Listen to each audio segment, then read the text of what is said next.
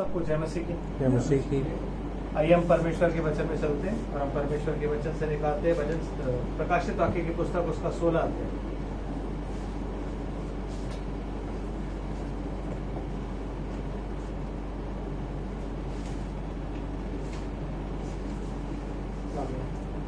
प्रकाशित वाक्य की पुस्तक और उसका 16 अध्याय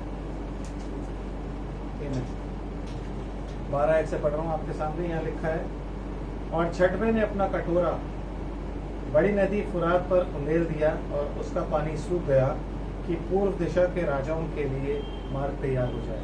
हमें परमेश्वर की आशीष उसके पवित्र वचन के पढ़े और सुने जाने पर प्रभु यीशु मसीह के नाम में हमेशा हमेशा होती है। और उनका भला ऐसे धन्यवाद करते हैं उसकी सारी आशीष और बरकतों के लिए, उसके अनुग्रह प्रेम के लिए और दया करुणा के लिए। छठे कटोरे पर हम पहुंच चुके हैं। और 5वें कटोरे में हमने देखा था कि कैसे उस सिस्टम पर, उस सिंहासन पर, उस सिस्टम पर वो कटोरा उंडेल दिया गया। और उंडेलने के बाद कटोरा कैसे वहाँ पे अंधकार छा गया और वो एक तरीके से जो बीस सिस्टम था, जो एंटी क्राइस्ट वहाँ बैठा हुआ है, उसकी रीढ़ की हड्डी पर एक वार था, क्योंकि उसकी बैकबोन जो है वो कहाँ है? वेटिकन। तो हमने पिछली बार ये देखा था और इस बार जब ये अगला कटोरा उंडेला जाता है, ये बहुत डिस्टेंस में नहीं है, मतलब आप ये मत सोचिए बहुत ज़्यादा टाइम, 30 दिन के अंदर ये सारे काम हो गए। तो कहता है फिर उसने अपना छठवां कटोरा जो है वो किस पर उंडेल दिया? बड़ी नदी फुरात। एक नदी है जिसका नाम है यूफ्रेटिस। मिडिल ईस्ट में एक नदी है जिसका नाम है यूफ्रेटिस, जिसे हम क्या बोलते हैं? फुरात। ये फुरात वो नदी नहीं है जो कि पहले ही बता चुका हूँ, अदन की नदी नहीं है, क्योंकि हमें समझना ये पड़ेगा कि अदन से जब हम बाहर निकले थे तो बाहर निकलने के बाद जो पूरी ज्योग्राफी है पृथ्वी की वो चेंज हो गई थी जब जल प्रलय आया था। उस जल प्रलय के टाइम पूरी ज्योग्राफी चेंज हो गई। एमेन। उससे पहले पृथ्वी एक होती थी, पानी एक होता था, लेकिन जब जल प्रलय आया तो पृथ्वी के 7 भाग हो गए और समुद्र भी 7 समुद्र हो गए, 7 ओशंस हो गए। एमेन। तो ये एक ऐसी नदी है जो नदी इजराइल को बाकियों से अलग करती है। आमीन। क्योंकि ये यहाँ बहती है, इजराइल के बाउंड्री लाइन पर बैठती थी, बॉर्डर पर बहती थी, तो इसका नाम क्या रखा गया? यूफ्रेटिस। ये नदी इजिप्ट के बॉर्डर पर और इजराइल के बॉर्डर पर, जो कनान लैंड है उसके बॉर्डर पर चलती है। एक तरीके से ये देखा जाए ना तो जब रोमन एम्पायर यहाँ पे थी ना, तो ये उनका भी बॉर्डर था। आमीन। और ये नदी इतनी बड़ी और करीब 30 फुट गहरी है, तो इसको पार करके ना किसी को भी आना इसराइल पर अटैक करने के लिए बड़ा मुश्किल होता है। और उस टाइम में रोमन एम्पायर को के ऊपर अटैक करना बड़ा मुश्किल होता था, बिकॉज बहुत बड़ी नदी है, बहुत वास्ट नदी है, बहुत गहरी नदी है, और इसको पार करना इट्स नियर टू इम्पॉसिबल उस टाइम में।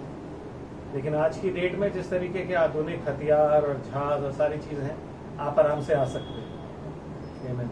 पर इस नदी को सुखाने का मतलब ये है कि ऐसा नहीं है कि ये नदी अभी सूखेगी, कि मैं आपको कहूँ नहीं ये जी उस टाइम पे सूखेगी। नो, ये नदी ऑलरेडी, यही नदी है जिस नदी के ऊपर वो चारों दूत खड़े हुए, हवाओं को थामे हुए ना, वो यहीं खड़े हुए, यही बॉर्डर है। और वो हवाएं कौन सी है जिनको चारों दूत थामे हुए हैं? जो कि हमने प्रकाशित वाक्य उसका 6 अध्याय में पढ़ा था शायद। आमीन। कि मैंने फिर 4 स्वर्गदूत को चारों हवाओं को थामे हुए देखा, और एक और स्वर्गदूत आया और उसने बोला, जब तक कि हम मोहर न कर दें। आमीन। 7वें अध्याय में क्या? राइट। तो वो जो 4 हवाएं हैं, वो चारों हवाएं क्या हैं? वो है economy, military, religion and politics. आमीन। तो वो सारी पावर्स, वो सारी हवाएं, वो सारी सामर्थ्य जब छूटेगी तो there will be a war. लेकिन वो वॉर ना तो अभी है, अभी कोई वर्ल्ड वॉर नहीं है, ना तो वो वॉर जब हम यहाँ से रैप्चर हो जाएगा और मूसा एलिया हमें प्रचार करेंगे तब होगी। ये किस वॉर के बारे में लिखा हुआ है? बाइबल में 2 ही वॉर है। एक वॉर जो है वो है हरमगदोन की वॉर, आर्मेगेडन, और एक वॉर जो है वो वॉर में। गोग और मगोग की वॉर जो है वो है यहेजकेल 38 एंड 39, आमेन। और आर्मेगेडन की वॉर जो है दैट इज जो कि जब यीशु मसीह नीचे आएगा और जो लड़ाई होगी, जब परमेश्वर मगिदों की तराई में उनको इकट्ठा करेगा, ये छठा जो प्याला है ये इस बारे में बताता है, ये उस वॉर के बारे में बताता है। तो ऐसी कोई वॉर अभी नहीं है, ऐसा कोई वर्ल्ड वॉर नहीं है। फिर तीसरी एक और वॉर है जो कि कब होगी, जब मिलेनियम खत्म होने वाला हो, जब शैतान थोड़े समय के लिए थोड़ा छोड़ा जाएगा और वो क्या करेगा, जो दूर दूर की जातियां हैं जिन्हें याजूज और माजूज, याजूज माजूज मतलब दूर दूर जो रहती हैं, उनको इकट्ठा करके लाएगा ताकि वो शिरोमणि नगर को घेर लेगी, मतलब यरूशलेम को, और उस पर अटैक करेगी। That will be the final war, ठीक है। उस वॉर के बाद सेटन भी बांध के और आग और गंधक की झील में डाल दिया जाएगा, हेल में डाल दिया जाएगा। आप समझ रहे हैं? तो अभी इस चीज से कंफ्यूज मत होइए कि अभी वर्ल्ड वॉर होने वाली है। No, there will be no world war, कोई वर्ल्ड वॉर नहीं, राइट। ये जो नदी सुखाई जा रही है अभी, इस नदी के सूखने का मतलब ये है कि इस नदी को पानी सूखने के बाद वहां पे एक लैंड भी बनाया जाएगा, एक तराई है, और इस तराई को यूज ना रशिया करेगा, इस तराई को यूज कोई और नहीं करेगा। क्योंकि आप एक चीज समझिए, जॉर्डन जो है, जॉर्डन में रशिया का बेस है, ठीक है। लेबनान जैसे कंट्रीज हैं, ऐसी जो इजराइल के आसपास की कंट्रीज है ना, उनमें सब में बेस है और उनको अपनी सेना वाया हेलीकॉप्टर भेजी। तो जब इस नदी की बात होती है तो वो नदी किसके लिए सुखाई जा रही है? The far east, countries of the far east, that is China. और चाइना आप सब जानते हो कि एक रोड बना रहा है, जो कि रोड चाइना से निकलती है, इंडिया के पीछे से जाती है, पाकिस्तान, अफगानिस्तान और मिडिल ईस्ट में होती हुई वो कहाँ जाती है? इसराइल, आमेन। क्योंकि बेसिकली चाइना मिडिल ईस्ट पर कब्जा करना चाहता है, but till the time Russia is there, China कब्जा नहीं कर सकता, आमेन। क्योंकि मिडिल ईस्ट में, यूरोप में एक ही सुपर पावर है, दैट इज रशिया। इसीलिए भाई ब्रनम ने जोर देके बोला वॉच रशिया, ठीक है। दो सुपर पावर्स हैं, अमेरिका एंड रशिया। चाइना अभी कुछ नहीं कर सकता, बिकॉज चाइना, जब तक ये दोनों सुपर पावर्स बैठे हैं, चाइना नो उसके मैं कुछ नहीं कर पाऊंगा। तो टिल द टाइम रशिया ने डिस्ट्रॉय होता, चाइना नहीं आएगा। आप समझ रहे बात को? यस। तो वो जो यहेजकेल 38 की और 39 की लड़ाई है, उसमें जब रशिया और अमेरिका दोनों डिस्ट्रॉय हुए, अमेरिका को रशिया डिस्ट्रॉय करेगा और रशिया को खुदा डिस्ट्रॉय करेगा एक भंडोल के द्वारा। और तमाम वो मिडिल ईस्ट जो मुस्लिम कंट्रीज जो उसके साथ आएंगी, यहेजकेल 38 में जो कंट्रीज के नाम दिए हुए हैं, टर्की है, उज्बेकिस्तान है, सारी कंट्रीज उसके साथ मिलके जब आएंगी और वो उनको डिस्ट्रॉय करेगा, खुदा उनको डिस्ट्रॉय करेगा, तब चाइना को पता लग जाएगा कि भाई अब हमारे लिए चांस है। समझ रहे हो? और जो बीस्ट बैठा है, जो एंटी क्राइस्ट बैठेगा, वो एंटी क्राइस्ट कम्युनिस्ट कंट्रीज को पकड़ेगा। यूरोप की कम्युनिस्ट कंट्रीज जो है ना, वो जो 10 उसके साथ उंगलियां है ना उसकी, जो 10 राजा उसके साथ राज्य करेंगे, वो 10 राजा कौन से राजा हैं? वो राजा यूरोपियन यूनियन में ही पाए जाते हैं। अभी उनको कोई राज्य नहीं मिला है, पर घड़ी भर के लिए उनको भी राज्य दिया जाएगा। उनके मन आपस में मिले हुए नहीं है, बिकॉज आधे मिट्टी है आधे लोहा है, आमेन। तो उनके मन मिले हुए नहीं है, लेकिन अपने पॉलिटिकल फायदे के लिए वो लोग अपना अपना समर्थन जो है वो उस एंटी क्राइस्ट को, उस डेविल को देंगे, सेटन को देंगे, इनकारनेटेड सेटन को देंगे, आमेन। और वो उनको क्राउन करके अपने साथ उसके सबसे नजदीकी जो राजा होंगे वो बनाएंगे। क्योंकि अमेरिका तो नहीं है ना, तो यूरोप को ही सारा देगा ना, यूरोपियन यूनियन पर वो राज करेगा, इकोनॉमिक फोरम पर ही वो राज करेगा, आमेन। ठीक है, समझ रहे हैं आप इस बात को?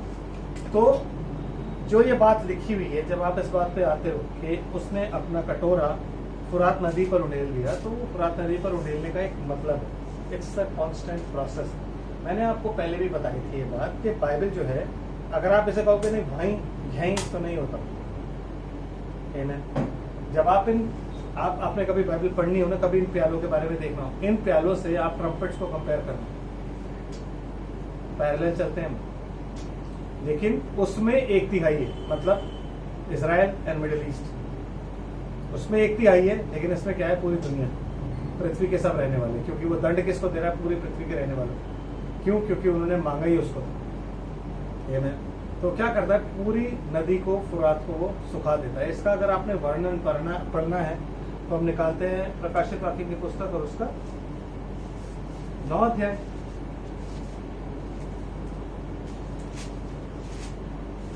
चैप्टर 9। आमेन।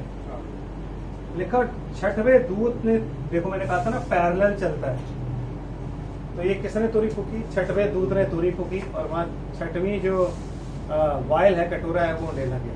मैं ये नहीं कह रहा हूँ दोनों एक साथ, लेकिन ये पैरेलल चलती हैं चीजें।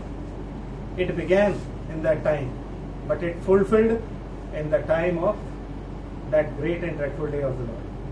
समझ रहे? प्लानिंग तब होती है और चलना शुरू तब होता है, क्योंकि उसने अतः कुंड की कुंजी कब खोली? जब वो नीचे गिरा। ये उसके बाद का इंसिडेंट है। क्या लिखा है ब्रदर? जब उस 6वें स्वर्गदूत ने तुरी फूकी तो जो सोने की वेदी परमेश्वर के सामने है उसके सींगों में से मैंने एक शब्द सुना। ऐसा शब्द सुना मानो कोई 6वें स्वर्गदूत से जिसके पास तुरी थी कह रहा हो कि उन 4 स्वर्गदूतों को जो बड़ी नदी फुरात के पास बंधे हुए हैं खोल दे। तो जब इसने कटोरा उंडेला ना ब्रदर, तब वो नदी से लोग आ रहे हैं, लेकिन खोलने का प्रोसेस क्या था उसका? वो टाइम कब दिया गया खोलने का? जब उसने 6वीं तुरी फूकी। 6वीं तुरी फूकने पर उसने क्या किया? उनको खोल दिया। फिर क्या हुआ जी? और वे 4 दूत खोल दिए गए और उस घड़ी और दिन और महीने और वर्ष के लिए मनुष्य की 1/3 के मार डालने को तैयार किए गए। विच मीन्स ये किससे लड़ने को आएंगे? इजराइल।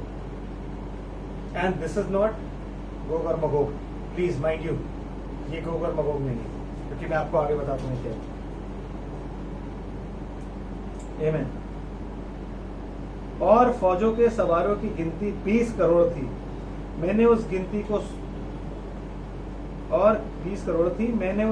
को उनकी गिनती सुनी और मुझे इस दर्शन में घोड़े और उनके ऐसे सवार दिखाई दिए जिनकी झिल में आग और धूम्रकान और गंधक की सी थी, और उन घोड़ों के सिर सिंहों के सिरों के समान थे और उनके मुंह आग और धुआं और गंधक, उनके मुंह से आग धुआं और गंधक निकलती थी।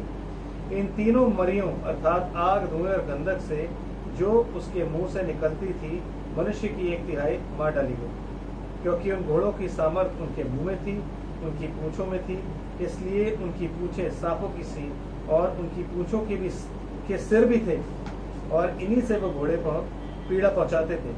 और बाकी मनुष्यों ने जो उन मरियों से ना मरे थे अपने हाथों के कामों से मन ना फिराया और दुष्ट आत्माओं की और सोने और चांदी और पीतल और पत्थर और काठ की मूर्तियों की पूजा की उसकी पूजा ना करें, जो ना देख ना सुन और ना चल सकती हैं, और जो खून और टोना और व्यभिचार और चोरियां उन्होंने की थी उनसे मन ना फिराया। आमीन। तो गिनती कितनी बताइए? 20 करोड़। 20 करोड़ की सेना अगर आप आज गूगल पे मारो तो आपको एक ही जगह मिल सकती है, दैट इज चाइना, वहीं पर है।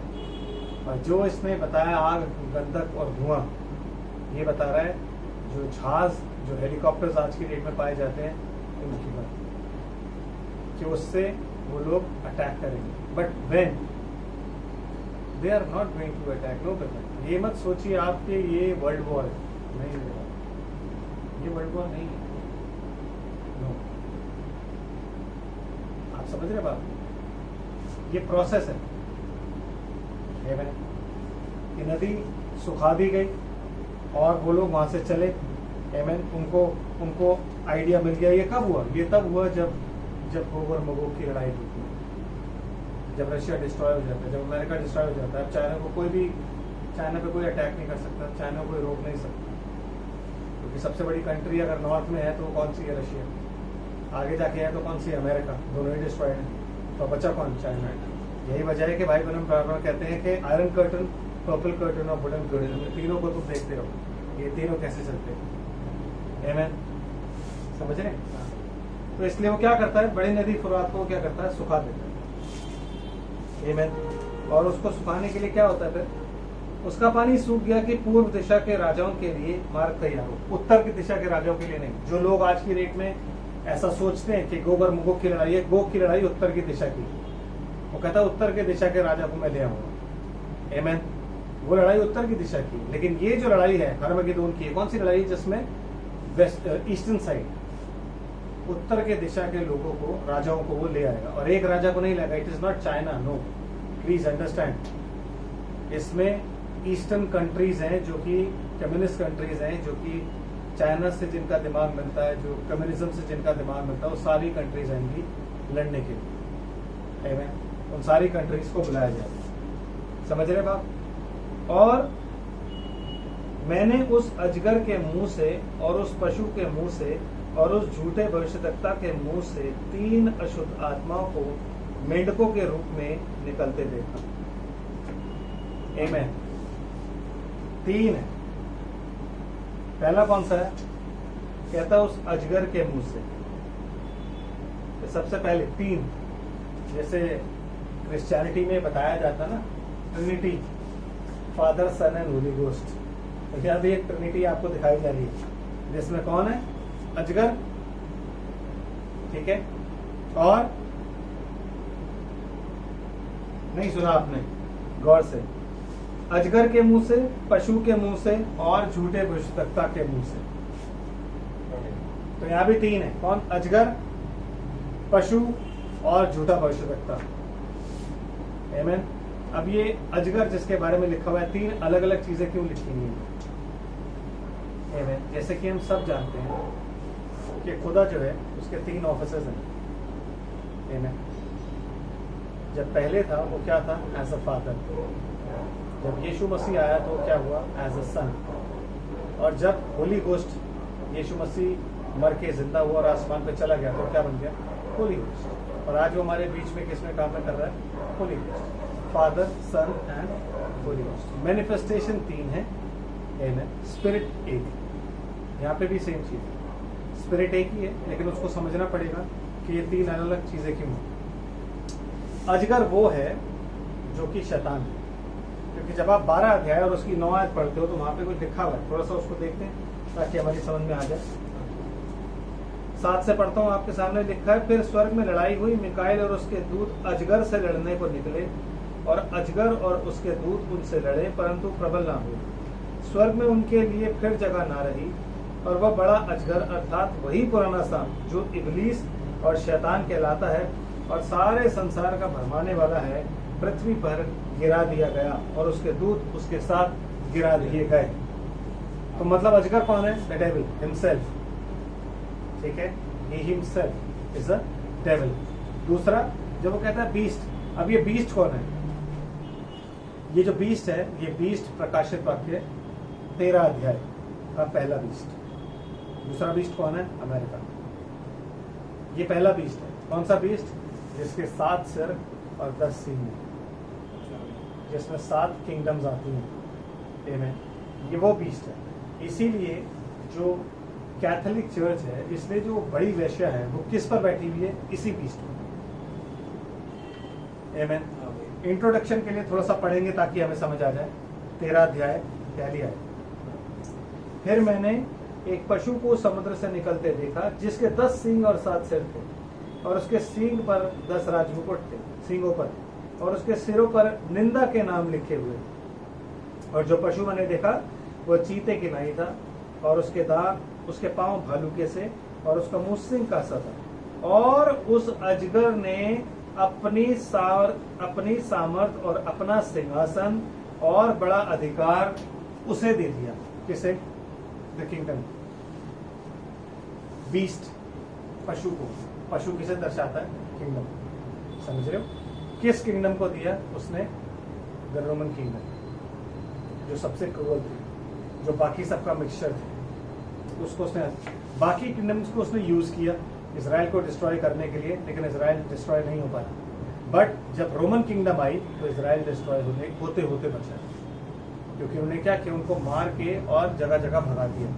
ये तो खुदा का अनुग्रह था कि खुदा ने उनको वापस अपने लैंड में इकट्ठा किया। आमीन। समझ रहे?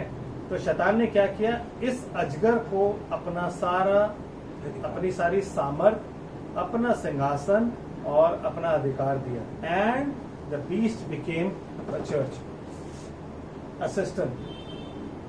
इसीलिए जो रिलीजन है ना, वो पॉलिटिक्स से हमेशा दूर होना चाहिए। लेकिन ये एक ऐसा रिलीजन बना जिसे आप कहते हो रोमन कैथोलिक, एक पॉलिटिको रिलीजियस ऑर्गेनाइजेशन बनी। आमेन। जिसमें पोप इज द पोंटिफिस मैक्सिमस, मतलब सबसे उच्च कोटि का याजक, ही इज द किंग। सब उसको बाउ डाउन करते हैं, वो हाथ में लोहे का राजदंड लेके रखता है। आमेन। तो वो क्या बन गया? पॉलिटिको रिलीजियस ऑर्गेनाइजेशन 325 AD में। आमेन।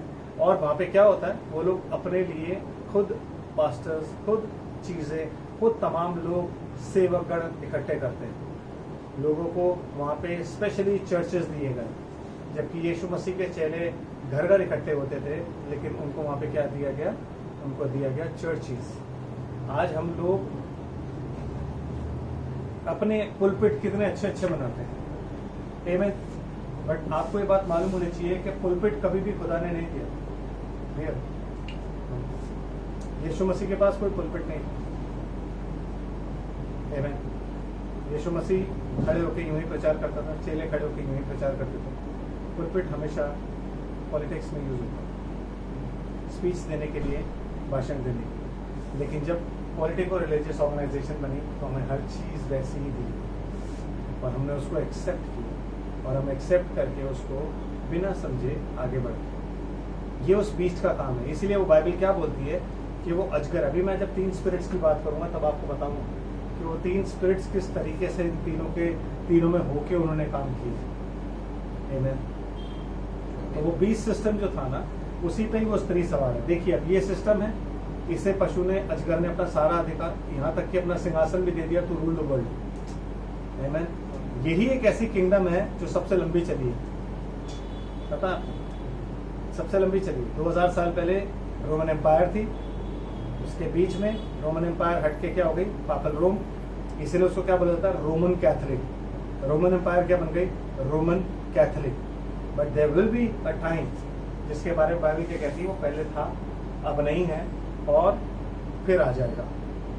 और आप क्या है? 8वां है, और 7वें में से निकलेगा। मतलब पापल रोम में से वो फिर निकलेगा, और वो क्या होगा?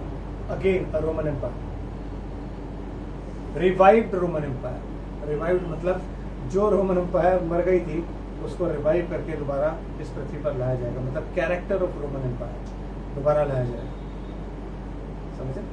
There will be no more Catholic church, it will be a Roman empire. इसलिए दोनों अलग अलग हो जाएंगे। इसलिए क्या होगा? इसलिए क्या हुआ? उसके उस सिंहासन पर जब डाला गया, जब क्या कहते हैं, कटोरा उंडेला गया, तो क्या हुआ? जो वेटिकन सिटी थी, जो वहां पे कैथोलिक्स थे, उनको मारा गया, बट पोप को नहीं मारा गया। आमेन। पोप को नहीं मारा गया, क्योंकि pope is suppose to be the god of this earth उस समय के लिए।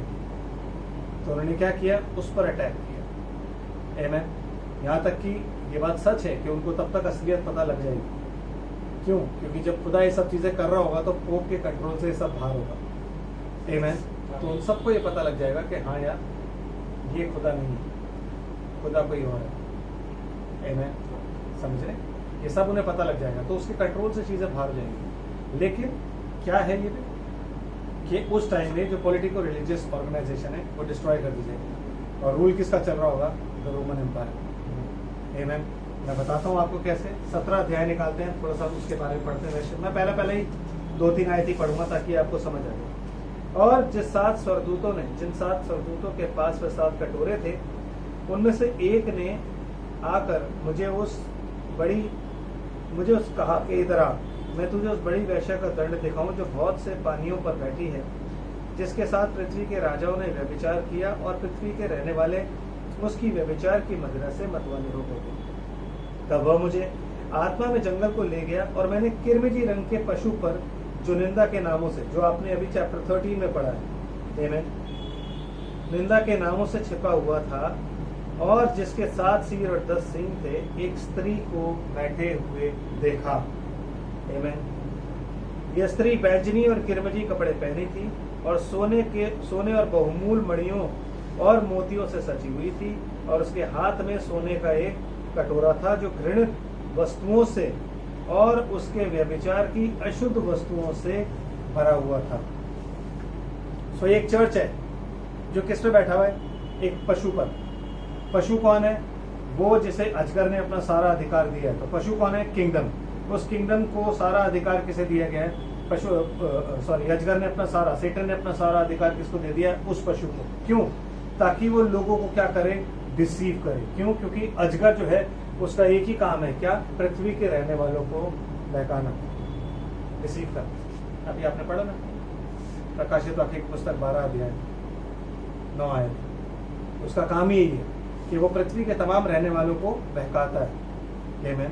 और उसके बहकाने का तरीका क्या था कि उसने यीशु मसीह के नाम से स्टार्ट करके यीशु मसीह का नाम हटा दिया। ये बात सच है कि कैथोलिक चर्च में जब पहले बैप्टिज्म होते थे 325 में, तो यीशु मसीह के नाम से ही होते और बड़ों के ही होते थे।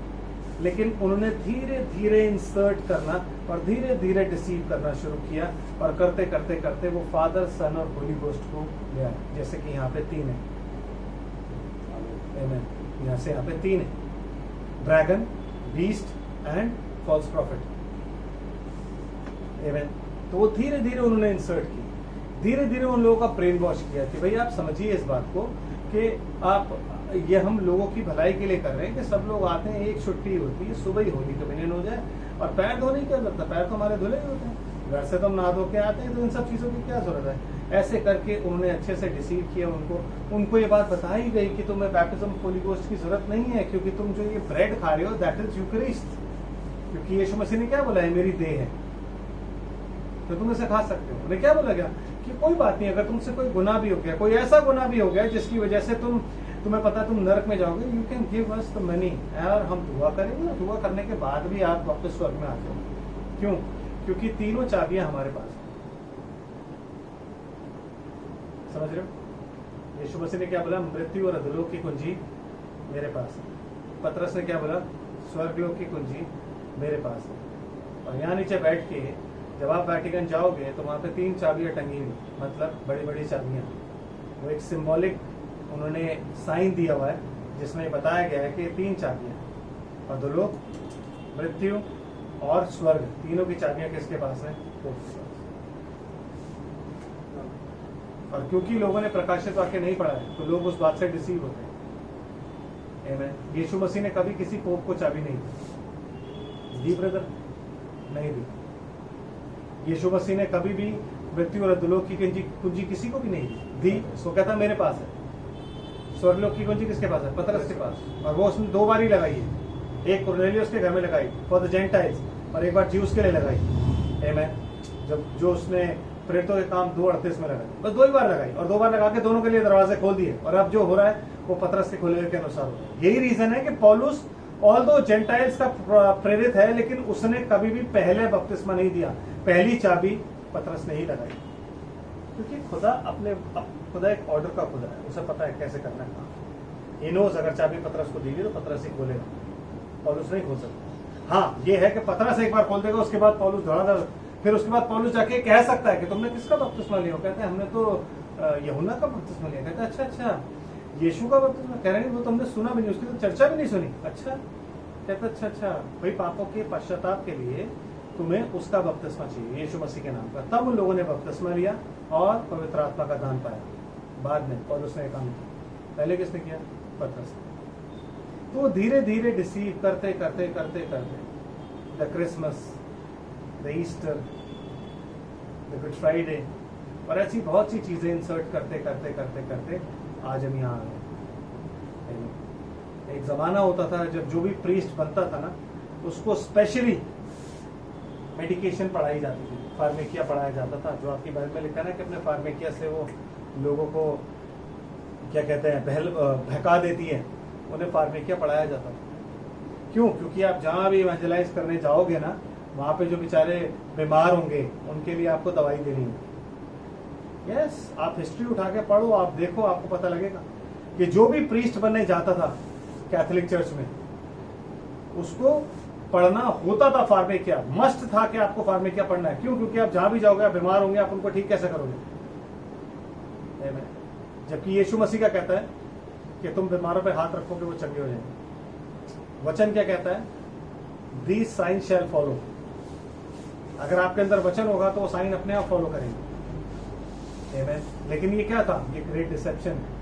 जो 2000 साल से शुरू हुआ है और आज तक चल रहा है। और आज लोग इतने ज्यादा डिसीव, उनके दिमाग आज सुन्न हो गए, सुन्न कि वो कुछ सुनना ही नहीं चाहते। उनको लगता है नहीं, ये हमारी कलीसिया के खिलाफ बोलते हैं, ये लोग जो है दूसरों को बुरा भला कहते हैं। हम दूसरों को बुरा भला नहीं कहते। पौलुस कहता है इस सुसमाचार को छोड़ कोई और सुसमाचार अगर स्वर्ग से स्वर्गदूत भी आके सुनाए तो वो श्रापित है। तो पौलुस का बुरा भला कह रहा है? No, he is telling the truth. Paulus कहता है मैं अब तक क्या मनुष्य को ही प्रसन्न करता रहता हूँ? अगर मैं मनुष्य को ही प्रसन्न करता रहता तो फिर मैं प्रभु का सेवक नहीं होता।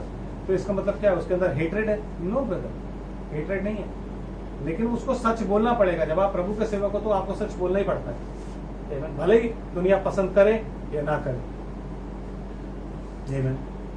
तो अजगर शैतान है और जो बीस्ट है वो कौन है? किंगडम है, एम्पायर है। लेकिन उसके साथ एक और चीज है और वो है फॉल्स प्रॉफिट। अब जब हम बात करते हैं डिनोमिनेशन की चर्चेज में जाते हैं तो बोलते फॉल्स प्रॉफिट जो है ना वो ये है, क्या नाम है, पोप। आमेन। लेकिन फॉल्स प्रॉफिट एक स्पिरिट है। Yes, that is true, pope है, मैं ये मना नहीं करूंगा, डिनाई नहीं करूंगा, but it is a spirit. Amen. False prophet एक स्पिरिट है जो सिर्फ पोप में ही नहीं है, जो सिर्फ पोप में ही नहीं है, जो सिर्फ कैथोलिक्स में नहीं है, बल्कि बहुत से प्रोटेस्टेंट्स में भी है। मोस्टली प्रोटेस्टेंट्स में पाई जाती है फॉल्स प्रॉफिट की स्पिरिट। जब आप फॉल्स प्रॉफिट की बात करते हो तो बालाम का नाम आपकी नजर में आता है। तो वैसी एक स्पिरिट है, और वो स्पिरिट कैसी है कि जब वो खड़ी होती है तो खड़ी होकर क्या बोलती है वो स्पिरिट? आज मुझे खुदा ने बोला है कि आज जितने लोग बैठे हुए हैं उनको खुदा $1,00,000 देने वाला है। अच्छा, वो मुझे $1,00,000 देंगे और खुदा उनको $2,00,000 देगा। अच्छा, चलिए ठीक है, खुदा मुझे कह रहे हैं बहुत से ऐसे लोग हैं जिनके पास $1,00,000 नहीं है, तो $75,000 आप मुझे दीजिए, खुदा आपको $1,50,000 देगा। अच्छा, नहीं, खुदा कह रहा है यहाँ पे ऐसे लोग हैं जो $50,000 ही दे, 50,000 दे सकते हैं। 75,000 बहुत ज्यादा है, 50,000 बोलता है। वो करते करते करते करते करते करते $10 पे ले आता है। आमेन। हजारों लोग आए हुए, $10 आपको एक मीटिंग में दे रहे हैं, आपके कितने पैसे बनते हैं? समझ रहे हो आप? तो जो फॉल्स प्रॉफिट होता है वो क्या करता है? मसीह के वचन को प्रतिष्ठा के लिए और पैसों के लिए बेचता है। He is a prosperity preacher, जो लोगों को सिर्फ एक ही बात कहता है। वो कौन सी स्पिरिट है जो लोगों को कहती है शांति है, शांति है? क्योंकि थिस्सलुनीके की पत्री में लिखा हुआ है कि जब वो कहेंगे शांति है, शांति है, तभी अचानक विपत्ति आ पड़ेगी। तो वो कौन लोग हैं जो कह रहे हैं शांति शांति? आप मुझे बताओ से। ये लोग जो लोग क्या कहते हैं शांति है, शांति है, आप टेंशन मत लो, यीशु मसीह आने वाला है, हम जानते हैं। लेकिन यीशु मसीह जब आएगा तो इतना कंपैशनेट है कि वो सबको लेने आ रहा है, सबको, जो भी क्रिश्चियन पाए जाते हैं, जो चर्च जाते हैं, जो गरीबों को खाना खिलाते हैं, जो अपने कपड़े दान करते हैं, वो उन सबको लेने आ रहा है ब्रदर। एक भ्रम, एक डिसेप्शन है फॉल्स प्रॉफिट का। आमेन।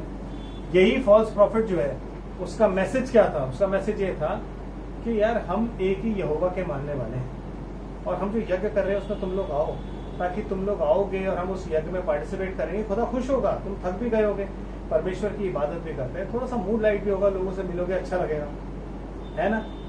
ये वो प्रॉफिट है, फॉल्स प्रॉफिट, जो कि इक्यूमेनिकल मूवमेंट के आधार है, बेस है, जो सबको क्या बोलते हैं कि हमारा एक ही खुदा, we belong to one god, he is our father and all of us is our children. It is not like that. वो सबका बाप नहीं है, वो सबका बाप नहीं है भाई। वो उसका बाप है जिसने उसके नाम का बपतिस्मा लिया हुआ, यीशु मसीह के नाम में बपतिस्मा लिया हुआ। वो उनका बाप है जिन्होंने पवित्र आत्मा ग्रहण किया हुआ, क्योंकि वो आत्मा से, वो परमेश्वर से जन्मे हैं, वो शरीर से नहीं जन्मे। आमेन। समझ आ रहा है? वो शरीर से नहीं जन्मे हुए, तो वो उनका बाप है। पूरी मनुष्य जाति का बाप वो कैसे हो सकता है कि नहीं? ये वो फॉल्स प्रॉफिट है, जो फॉल्स प्रॉफिट आपको ये बताते हैं कि यीशु मसीह एक कंपैशनेट गॉड है जो कि आपको कुछ नहीं कहेगा। आप ग्रेस में हो, आप ग्रेस में कुछ भी कर सकते हो। आप ग्रेस में औरतें भी प्रचार कर सकती हैं। आप ग्रेस में आप बाहर जाके सिगरेट, आप गलती कर सकते हो, गलती करके आके कन्फेस कर सकते हो। मैं आज आपको ऑल्टर कॉल देता हूँ और आप आओ, और हजारों लोग आते हैं ऑल्टर कॉल में, वो रोते हैं, अपना जीवन प्रभु को देते हैं, और उसके बाद अगली दिन जाके फिर वही काम करते हैं जो उन्होंने करने होते हैं, और अपनी अपनी डायरी में लिख देते हैं, आज मैंने प्रभु को अपना जीवन दिया। अपना जीवन, वो जीवन जिसको मैं अपने हाथ में पकड़ के नहीं रख सकता, और मुझे ये नहीं पता कल क्या होगा, क्या मैं निवाला खा पाऊंगा मुंह तक या नहीं। आमेन। समझ रहे हो? एक आदमी था जो कहता है कि ए मन, तू खुश हो और रिलैक्स कर, क्यों? तेरे पास बहुत है, तू अभी बहुत देर तक खाएगा, क्योंकि वो जवान था, उसको लग रहा था मैं बहुत जीऊंगा और बहुत टाइम तक खाऊंगा। तब उसे सपने में प्रभु आके क्या कहता है, हे मूर्ख, तेरा प्राण तुझसे आज ही ले लिया जाएगा। आप समझ रहे हो? कौन लेता है प्राण? जिसने दिया। जब मैं अपना प्राण खुद ले नहीं सकता, how can I say that my life my rules? मैं कैसे कह सकता हूं कि मैंने अपना जीवन प्रभु को दिया? ये कौन सी थ्योरी है? ये कौन सी बाइबल है? ये कौन सी प्रीचिंग है जो सिखाई जा रही है चर्च में? ये क्या प्रीच किया जा रहा है ऐसा चर्च में? इसे कहते हैं फॉल्स प्रॉफिट की फॉल्स डॉक्ट्रिन, जो पूरी दुनिया में आज चल रही है। It's a spirit brother, it's a spirit, जिसमें ये कहा जाता है कि आप किसी को बुरा मत बोलो। नो नो, सब अच्छे, आप उसे ही बुरा मत बोलो, आप उसे ही बुरा मत बोलो, आप उसे ही बुरा मत बोलो, सब अच्छे हैं। और अगर आप बुरा कह रहे हो तो आप प्रचार नहीं कर रहे, आप हेट स्पीच कह रहे हो। चोर को चोर कह रहे हो तो हेट स्पीच है। आमेन। आप जो भी कुछ प्रचार कर रहे हो जो कि बाइबल में लिखा हुआ है, तो आप हेट स्पीच दे रहे हो। That is not right my brother, that is not right. एक टाइम था जब इजराइलियों ने पाप किया, गुलामी में गए, उसके बाद जर्सिस ने बोला कि भाई वापस जाओ और अपना मंदिर बनाओ। मंदिर बनाया, वो लोग आए, नेहमाया पुस्तक पढ़ रहा है। नेहमाया को पता लगा कि यार इन्होंने यहाँ आके भी अन्य जातियों से शादी कर ली। नेहमाया ने उनको बुलाया, व्यवस्था की पुस्तक पढ़ के सुनाई, और उनको बोला अभी के अभी तुम अपने पति पत्नी से न्यारे हो जाओ, विच मीन्स उनको छोड़ दो। समझ रहे हो? तो जब उन्होंने उनको छोड़ दिया, तब खुदा ने उनको ग्रहण किया। तो क्या उनको नहीं बुरा लगा होगा? बाइबल कहती है वो लोग रो रहे थे। दो चीजें उनके हृदय में ऐसी थी जिसकी वजह से वो बहुत रो रहे थे। एक क्या थी? एक थी जिसमें उनको लग रहा था हमने खुदा के खिलाफ गुनाह किया, और एक चीज क्या थी जिसमें उन्हें लग रहा था कि यार हमें छोड़ने पड़ने बच्चे। बट यू हैव टू, आमेन, क्योंकि परमेश्वर का वचन जो है वो सर्वोपरि है। आमेन। स्वर्ग में सदा स्थिर है उसका वचन। तो आप ये नहीं कर सकते कि आप अपनी मर्जी से परमेश्वर के वचन को ट्विस्ट कर दो, जैसा कि आज किया जा रहा है। परमेश्वर के वचन में अपनी थोड़ी सी नॉलेज मिला के सिखाई जा रही है। That is called false teaching by the false prophets. क्या आज आप आर नाम के जितने भी बंदे आज उनको गाड़ी मिलेगी, ये बंदा जो उनको वो मिलेगी, वो उस नाम के जो है वो मिलेगी, ये मिलेगा, वो मिलेगा, ये मिलेगा।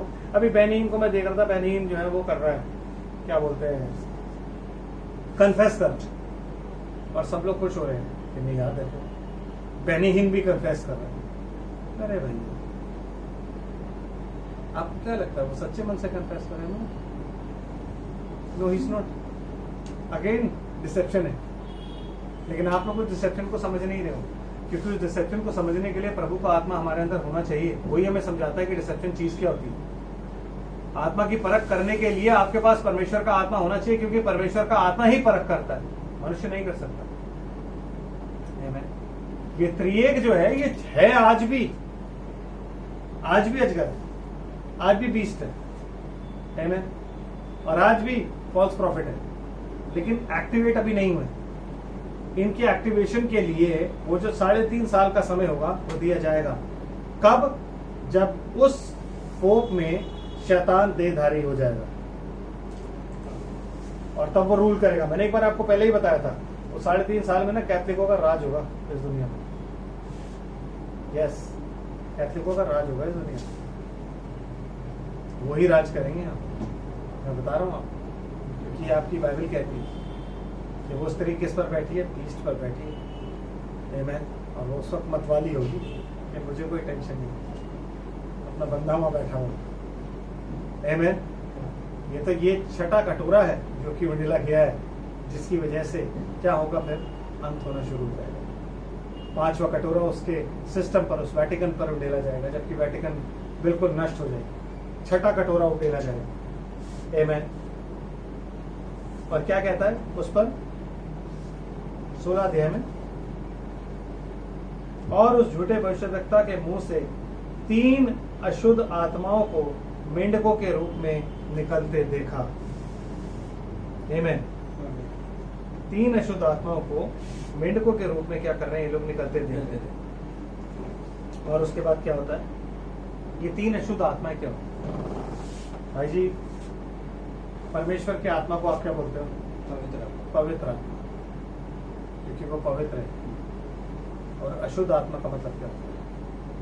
वो आत्मा नहीं, डिमोनिक तो आप बोल ही सकते हो, राइट? इविल स्पिरिट होती है demonic, but when you call it अशुद्ध आत्मा, अशुद्ध आत्मा का मतलब होता है कि वो आत्मा जो अनक्लीन है, जो क्लीन नहीं, विच मीन्स उस आत्मा की एक क्वालिटी है। और वो क्वालिटी क्या है कि उसने परमेश्वर के वचन में जो संसार की शिक्षा है वो मिला दी, तो क्या हो गया, वो पॉल्यूटेड। और जो भी कोई चीज पॉल्यूटेड होती है उसको आप क्या बोलते हो?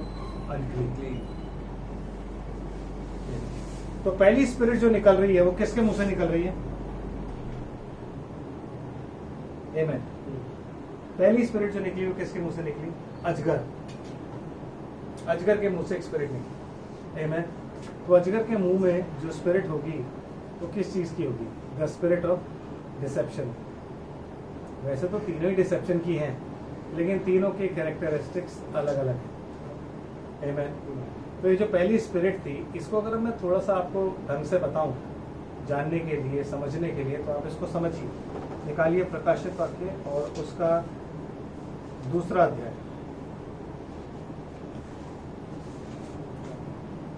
ब्रदर प्लीज जरा पढ़िए आप। प्रकाशित वाक्य 2रा अध्याय और उसकी पहली है और 6ठी है। इफिसुस की कलीसिया के दूत को यह लिख, जो 7 तारे अपने हाथ में लिए हुए है और सोने के 7 दीवटों के बीच में फिरता है, वह ये कहता है, मैं तेरे काम और तेरे परिश्रम और तेरे धीरज को जानता हूँ, और यह भी कि तू बुरे लोगों को देख नहीं सकता, और जो अपने आप को प्रेरित कहते हैं और है नहीं, उन्हें तू परख कर तूने परख कर झूठा पाया। ये कौन लोग हैं जो अपने आप को प्रेरित कहते हैं पर है नहीं? आमेन। 6ठी आयत क्या कहते हैं? पर हाँ, तुझ में ये बात तो है कि तू निकलोइयों के कामों से घृणा करता है। हाँ जी। जिनसे मैं भी घृणा करता हूँ। बस ब्रदर, आपको पता है प्रेरित लोग क्या करते हैं? प्रेरित लोग जो है हाईएस्ट अथॉरिटी होती है, मालूम है आपको बात? आमेन। प्रेरितों की अथॉरिटी जो होती है वो हाईएस्ट अथॉरिटी है। 5 प्रकार की सेवकाई दी गई है मनुष्य को। सबसे ऊपर वाला कौन सा होता है? प्रेरित। दूसरा कौन सा होता है? प्रॉफिट। तीसरा इवेंजलिस्ट। चौथा पास्टर। और 5वां टीचर। 5 प्रकार की सेवकाई। तो हर एक इंसान क्या चाहता है? अपने आप को क्या बोले? अपोस्टल। क्यों? क्योंकि हाईएस्ट ऑर्डर जो खुदा ने ऑर्डर दिया है ना सेवकाई का, उसका हाईएस्ट ऑर्डर।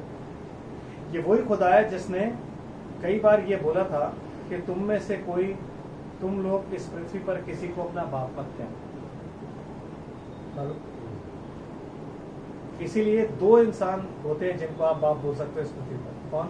एक आपका बाप जिसने आपको जीवन दिया, और दूसरा वो ऊपर वाला बाप जिसने आपको जीवन दिया। उसके अलावा आप किसी को बाप नहीं बोल सकते, चाहे वो कितना भी बाप क्यों ना हो। लेकिन जब माँ आके समझाया गया कि हम आपके स्पिरिचुअल फादर हैं, आमेन, तो पूरी दुनिया चर्च में क्या बोलने लग गई? फादर। जबकि यीशु मसीह अपने आप को चेलों के साथ जब मिलाता है तो क्या कहता है? ब्रदर। जब पतरस अपने आप को चेलों के साथ मिलाता है तो क्या बोलता है? हम क्या है? भाई। जब पौलुस कहता है तो क्या कहता है? हमें क्या है? भाई। सब लोग अपने आप को ये लोग क्या कहते हैं? भाई। तो फिर ये फादर कहां से आता है? आप समझ रहे हो? बिकॉज ऑर्डर जो है ना वो एक ऐसी चीज है कि वो चाहते हैं हाईएस्ट ऑर्डर उनको मिले, और वो हाईएस्ट ऑर्डर क्या है? बाप बन जाओ। अगर बाप कहलाने का इतना ही शौक है तो व्हाई डोंट यू मैरी? भाई आप लोग शादी करो। बाइबल में कहाँ लिखा है कि ये लोग शादी ना करें? कहता है बेशक जो भी हो ना वो एक ही पत्नी का पति। लेकिन वहां पे देख लो कोई भी किसी की भी शादी नहीं हुई। क्यों? क्योंकि वो अपना ऑर्डर चलाते हैं। चर्च जो ऑर्डर चला रहा है वो अपना ऑर्डर चलाता है। जब मेरी बात होती है तो लोग उसको कहते हैं नहीं वो उन्होंने अपनी लाइफ कॉन्सेंट्रेट कर रखी है। किसने कॉन्सेंट्रेट कर रखी है? इतने केसेस कहाँ से आते हैं? इतना सब कुछ कहाँ से आता है? Why do they smoke? Why do they drink? क्यों? अगर कॉन्सेंट्रेट लाइफ कर अपना जीवन अगर खुदा को दिया हुआ, अगर यीशु मसीह को अपना जीवन दे दिया है, तो ये स्मोकिंग एंड ड्रिंकिंग कहां से आ गई? It is a deception brother. ये वो स्पिरिट है जो अजगर की स्पिरिट है जो उसके मुंह से निकली है। आमीन। ये पूरी ताकत के साथ उस दिन भी निकलेगी। कब? जब वो डेरा जाएगा पूरी पृथ्वी पर से सबको लाने के लिए। और स्पिरिट को क्या बोला जाता है? Spirit of निकोलेटिज्म। निकोलेटिज्म का मतलब क्या होता है? जो साधारण लोग होते हैं ना उन पर कब्जा करना। आमीन। और वो कब्जा कैसे किया जाता है? डरा के। शैतान जब यहाँ पे बैठेगा तो आपको क्या लगता है? कैसे बैठेगा? डरा के। क्योंकि वो अपनी वर्शिप लेना चाहता है। उसके दो ही मोटो हैं। वो चाहता है जैसे खुदा की वर्शिप होती है वैसे मेरी वर्शिप। लोग खुदा की वर्शिप ना करें, मेरी वर्शिप करें। तो वो वर्शिप को कैसे लेगा? डरा के, पावर के साथ। इसीलिए कहते हैं जो भी पावर बिना कैरेक्टर के होती है ना वो डिमोनिक होती है। अगर आपके पास पावर है और कैरेक्टर नहीं है ना तो डिमोनिक है। आमीन। आप समझ रहे हो?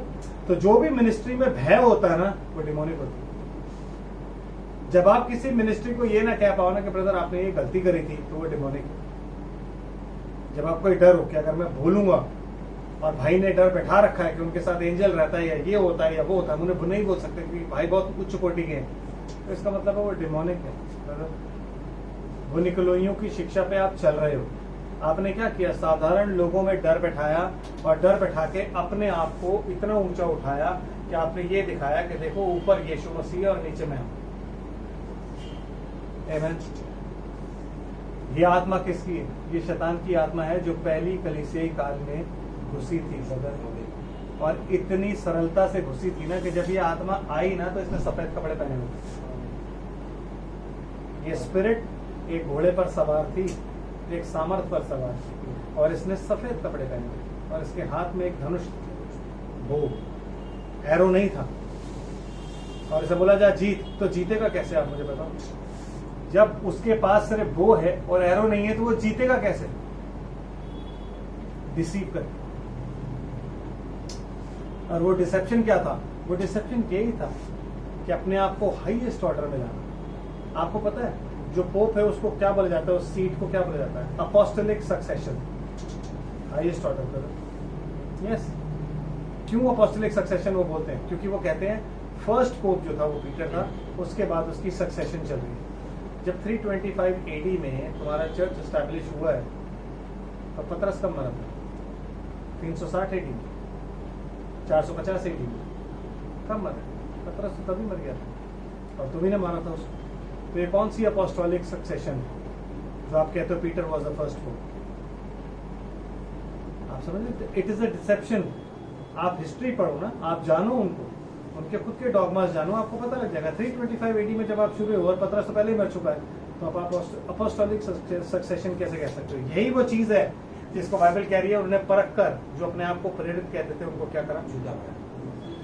और प्रेरित इंसान क्यों बनता है? अपने नाम के आगे प्रेरित क्यों लगाता है? ब्रदर ज्ञान ने आज तक प्रेरित क्यों नहीं लगाया? उन्होंने क्यों नहीं बोला अपोस्टल ज्ञान? Tell me. ये ब्रदर नाइस प्रीच करते हैं, अपने नाम के आगे अपोस्टल क्यों नहीं लगाते? बताओ। रेमंड जैक्सन ने अपने नाम के आगे अपोस्टल क्यों नहीं लगाया? ब्रदर ज्ञान कहते थे आई एम अ टीचर। आप फेसबुक उठा के देख लो, उनका लिखा हुआ है teacher in the kingdom of God. Yes, teacher लिखा हुआ, उन्होंने सबसे छोटी वाली अपनी वो पदवी रखी है। वो कहते हैं अपने आप को ब्रदर नाइस। वो अपने आप को कहते थे ब्रदर रेमंड जैक्सन। अपोस्टल किसी ने नहीं बोला ब्रदर। आज हम कैसे अपने आप को अपोस्टल इतनी जल्दी बोल देते हैं जब हमें रिकॉग्नाइज ही नहीं होता कि मिनिस्ट्री अभी है क्या? क्या पौलुस ने अपने आप को शुरू होते ही अपोस्टल बोल दिया था? No brother, it took time, it took years. Amen. It took years to understand कि आखिर अपोस्टलिक मिनिस्ट्री होती क्या है। जब खुदा ने उसको इस्तेमाल किया, जब उसने चर्च एस्टैब्लिश किया, जब उसने चर्च को ऑर्डर में लाया, then he came to know कि मैं कौन हूँ, अपोस्टल्स। आमीन। एक अपोस्टलिक मिनिस्ट्री मुझे दी गई, क्योंकि वो खुदा का बताया, खुद का चुना हुआ था, वो 12वां प्रेरित था। यस, जब मैच्योरिटी आपके अंदर आती है आप खुद समझते हैं। लेकिन ये वो लोग थे जो प्रेरित बन के घुस आए थे कलीसिया में, जैसे आज घुसे हुए ना, हर जगह देख लो आप, इवेंजलिस्ट कोई नहीं होगा, प्रॉफिट एंड अपोस्टल, ये दो आपको बहुत मिलेंगे, क्योंकि दोनों सबसे ऊपर पे होते हैं। आमीन। किसी को खड़े खड़े विजन आ जाता है, कोई खड़े खड़े कुछ भी देख लेता है, कोई खड़े खड़े कुछ। ये जो प्रॉफिट है ना, ये रीले देखते हैं, और जब ये रीले देखते हैं ना, तो जो कुछ इनको रीलों में दिखाई देता है ना, दूसरे दिन पे चर्च में प्रीच कर देते हैं, और लोग सोचते हैं कि भाई को क्या यार प्रोफेसी भाई ने करी, भाई कितने जबरदस्त हैं। Brother, it is the spirit of deception, it is the spirit of deception. आप लोग को ये जानना है कि कौन प्रभु का दास है और कौन नहीं है मेरे भाई, ये भी जानना जरूरी है। You must know. आज की डेट में इतना जो कर्स है, इतना जो सब कुछ आया हुआ है, लोग आके कहते हैं कि हम प्रेयर करेंगे, आज हमारा प्रेयर सेशन है, उसमें आप आइए, बैठिए, आपको शांति मिलेगी, लोग चले जाते हैं। अरे मैं ये बाइबल में क्यों नहीं बता रहा हूं कि तुम क्या करोगे तो तुम्हारे पास शांति आ जाएगी? मैं क्यों नहीं बता रहा हूं कि यीशु मसीह को अपने जीवन में जब तुम लेकर के आओगे तो शांति अपने आप आ जाएगी? मैं क्यों नहीं बता रहा हूं कि जब तुम दुनिया को छोड़ोगे और यीशु मसीह के पीछे चलोगे तब तुम्हारे जीवन में कलेश आएंगे? मैं क्यों नहीं बता रहा हूं? क्यों नहीं बता रहा? मैं हमेशा क्यों अच्छी बातें दिखा रहा हूं? वो बातें दिखा रहा हूं जो गलत है, वो रास्ता दिखा रहा हूं जो गलत है।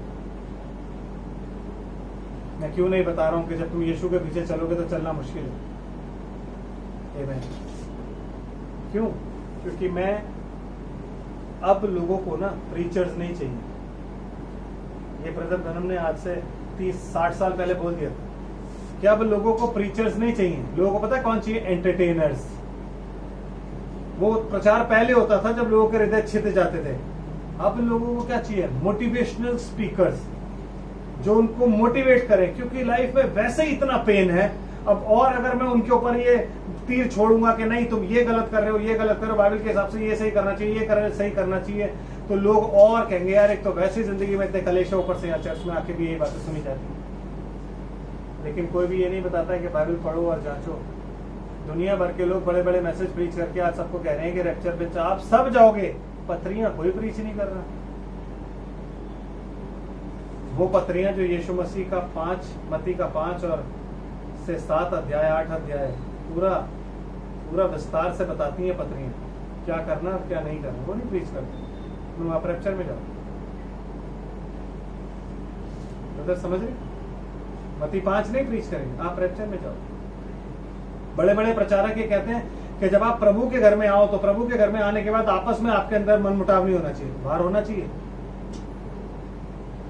मतलब जब आप चर्च आ रहे हो तो आप में मनमुटाव ना हो, लेकिन आप बाहर निकलो तो मनमुटाव होना चाहिए। अरे ये कैसी बात है? ये कैसा प्रचार है कि मैं चर्च आ रहा हूं तो मुझे साफ मन से आना चाहिए, लेकिन बाहर में बुराई रखता हूं, कोई टेंशन नहीं, बाहर बुरा रखता हूं, बढ़िया। नो, जैसे दैट इज नॉट राइट। यीशु मसीह कहता है अगर तू अपनी भेंट लेकर के आया, तुझे पता लगे तेरा भाई के मन में तेरी तरफ से कुछ विरोध है, छोड़ दे, चला जा पहले मेरे मिलाप कर, फिर वापस आके भेंट चढ़ा, तब स्वीकार होगी। है तो फिर आपको और मुझे कैसे लगने लग गया कि मैं प्रभु के भवन में आऊंगा और मेरे को मन साफ रखना, और प्रभु कहेगा हाँ ठीक है, आ जा मन साफ रख, बाहर निकल के फिर से दुश्मनी करियो, कोई टेंशन नहीं। ये कौन सा मैसेज है जिसमें मैं ये बता रहा हूं कि मेरे भाई मुझे सिर्फ अपने चर्च के लोगों से ही प्यार करना है, बाहर वालों से कोई प्यार नहीं करना? तो फिर यीशु मसीह ने क्यों बोला 5 अध्याय में, क्यों बोलता है वो कि अगर तुम अपने जान पहचान वाले को ही नमस्ते करो या तुम सलाम करो तो कौन सा बड़ा काम करते हो? अगर तुम उन्हें प्यार करो तो कौन सा बड़ा काम करते हो? तुम परमेश्वर के बच्चे तब बनोगे जब तुम अपने दुश्मनों को सलाम और प्यार करो, वरना तुम्हारा स्वर्ग में क्या प्रतिफल? कोई प्रतिफल नहीं है। Why? To love God means to love His people. कौन उसका पीपल है, कौन उसका पीपल नहीं है, आपको भी नहीं पता, नहीं मुझे भी नहीं पता, है ना?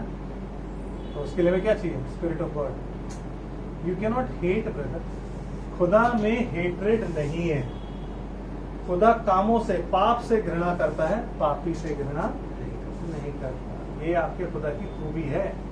कि वो पापी से घृणा नहीं करता, वो पाप से करता है। लेकिन हम पापी से करते हैं, हम पाप से नहीं करते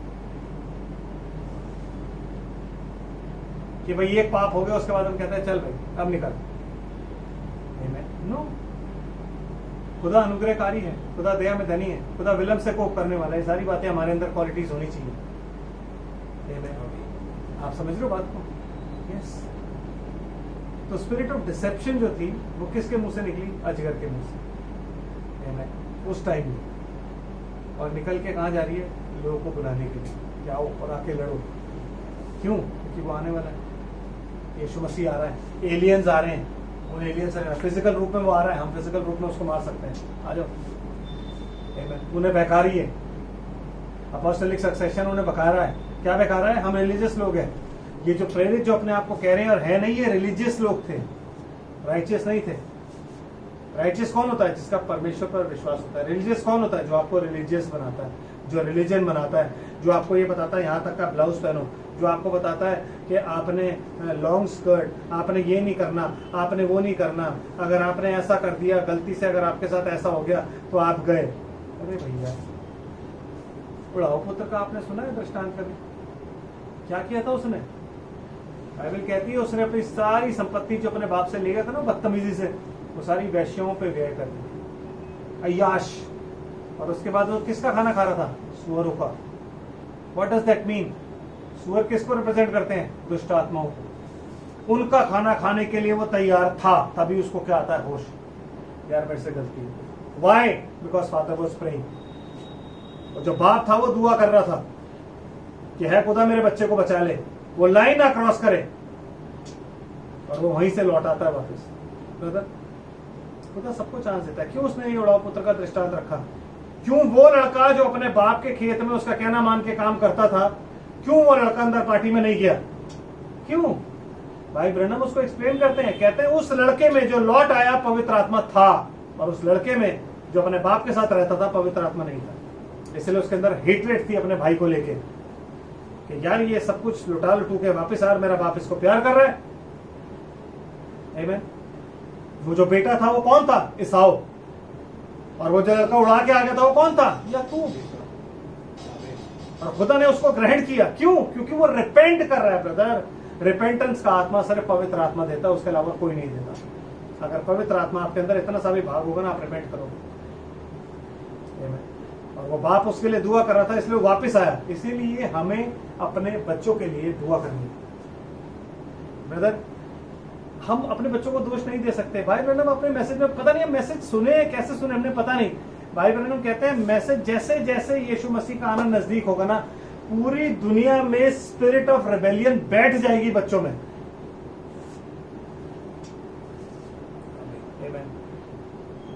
तो ब्रदर, जो बच्चे नहीं बिगड़ते ना, इसका मतलब खुदा ने उनसे डील नहीं किया। मैं मैसेज में पला, मैं मैसेज में पैदा हुआ, मैं मैसेज में ही बड़ा हुआ, मैं मैसेज में ही रहा, मैं मैसेज में ही। तो पर्सनल रिलेशनशिप यीशु मसीह के साथ तुम्हारा क्या हुआ? मुझे बताओ तो सही। अगर ऐसे ही मैसेज में वाले होते तो सारे फरीसियों को ले आता अपनी टोली में। क्यों नहीं लाया? क्यों ऐसों को लाया जो मार देख के यीशु मसीह को 3 बार डिनाई कर गया कि नहीं मैं तो जानता ही नहीं इसको, धिक्कार है ऐसे आदमी को मैं जानूं तो, मेरी जिंदगी पे लानत है ऐसे आदमी को अगर मैं जानूं तो। क्यों? बिकॉज ब्रदर, जो खुदा है ना, पर्सनल डीलिंग करता है, हर किसी से पर्सनली डील करता है। और जो पर्सनली डील करता है ना, तो वो आपको छोड़ता है। हमारी जो ग्रोथ होगी ना, वो मैसेज में नहीं होगी, वो दुनिया में होगी। जब आप दुनिया में जाओ, यस, जब आप दुनिया में जाओगे तो हमें प्रोटेक्ट कौन करेगा? बच्चों को प्रोटेक्ट कौन करेगा? माँ बाप की दुआएं प्रोटेक्ट करेगी। भाई ब्रैनम ने ऐसे नहीं भेज दिया था भाई को, भाई बिली पॉल को कि जा तू, कहते हैं तू जा, मैं दुआ कर रहा हूँ यहाँ पे, वो आएगा लौट के। यस, सेवा तो नहीं कर पाएगा लेकिन तू आएगा। इसलिए सेवकाई उन्होंने नहीं करी। वॉइस ऑफ गॉड का एडमिन काम वो संभालते थे। सेवकाई किसको मिली? जोसेफ ब्रैनम को। लेकिन वो आए और आके प्रभु में जिए। वापस लौटने के बाद ही रिपेंटेड। ये है पावर ऑफ प्रेयर, जो माँ बाप की पावर होती है ब्रदर। इस उस एक दृष्टांत में ये हमें पता लग गया कि बाप किस तरीके से रोज खड़ा होकर उस रास्ते को देखता रहता था, मेरा बेटा वापस आ रहा है। क्यों? बिकॉज जो वो दुआ करता था वो प्रेयर ऑफ फेथ थी। उसको पता था मेरा बच्चा एक दिन वापस जरूर आएगा, और एक दिन उसका बच्चा वापस आया। आप समझ रहे हो बात? डिसेप्शन में मत जाओ, किसी भी डिसेप्शन में मत जाओ। परखो, आत्माओं को परखो, आमीन, परख के और वचन से जांचो। बिरियन की कलीसिया बनो, जांच परख के देखो कि जो प्रचार आप सुन रहे हो क्या वो सही है। हर वो प्रचार जो शुगर कोटेड होता है ना, कान में घुस जाता है आराम से, और हर वो प्रचार जो साउंड डॉक्ट्रिन वाला होता है ना, वो तीखा होता है, थप्पड़ मारता है वो प्रचार, रख कान में तेजाब की तरह घुसता है वो। वही प्रचार असली प्रचार है उधर। समय नजदीक है, हम लोग को अपने आप को लाइन अप करना है वर्ड के साथ, वर्ड ऑफ गॉड के साथ। आमीन। अपनी जिंदगी जब आप परमेश्वर के वचन के साथ गुजारोगे ना, तो अपने आप खुदा सब कुछ सही करेगा। आमीन। समझ आ रहा है? बाकी की 2 चीजें हम डिस्कस करेंगे on Friday, because I think time ज्यादा हो गया। यस, तो ये बाकी के 2 जो हैं स्पिरिट्स हम डिस्कस करेंगे ऑन फ्राइडे। प्रभु आप सबको आशीष और बरकत दें। हम प्रार्थना करें। स्वर्ग और पृथ्वी के मालिक, हम तेरा धन्यवाद करते हैं तेरी सारी आशीष और बरकतों के लिए। मेरे